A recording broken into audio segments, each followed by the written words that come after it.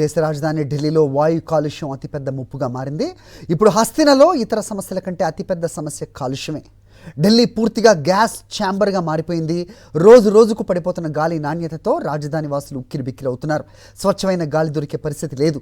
ఇవాళ కూడా ఏకంగా 400 వరకు AQI నమోదు కావటం ఆందోళన కలిగిస్తోంది. పొగమంచుకు తోడు వాయు కాలుష్యం జనజీవనానికి అంతరాయంగా మారింది. ఉదయాన్నే కమ్మేసిన పొగమంచుతో వాహనదారులు కూడా తిప్పలు తప్పటం లేదు. విజిబిలిటీ పూర్తిగా పడిపోయింది. ఉదయం 10 దాటినా అదే పరిస్థితి. ఎదురుగా వచ్చే వాహనం కూడా కనిపించకపోవడంతో ప్రమాదాల బారిన పడుతున్నారు.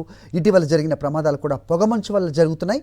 దీంతో ఉదయాన్నే ప్రయాణాలు చేసేందుకు వెనకడుగు వేస్తున్నారు జనం. మరోవైపు కాలుష్య కట్టడికి ఢిల్లీ ప్రభుత్వం అన్ని రకాల చర్యలు చేపడుతోంది. ఇప్పటికే 50% ఉద్యోగులకు వర్క్ ఫ్రం హోమ్ కల్పించాలని యాజమాన్యాలకు ఆదేశాలు జారీ చేసింది. భవన నిర్మాణ ఆంక్షలతో ఉపాధి కోల్పోయిన వారికి నష్టపరిహారంగా 10,000 చెల్లిస్తామని హామీ ఇచ్చింది ప్రభుత్వం.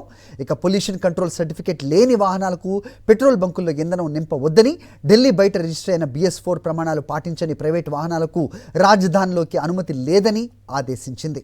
అయితే ఈ పరిస్థితి కేవలం ఢిల్లీకే పరిమితం కాదు. రాబోయే రోజుల్లో మిగతా రాష్ట్రాలకు కూడా వ్యాపించవచ్చనే భయాందోళన నెలకొన్న పరిస్థితి కనిపిస్తోంది.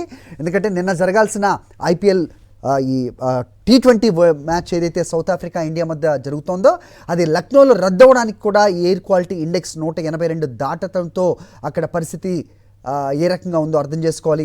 మరోవైపు హైదరాబాద్లో కూడా 178కి దాటి ఈ AQI నమోదవుతున్న సిచ్యువేషన్ మనం చూస్తున్నాం.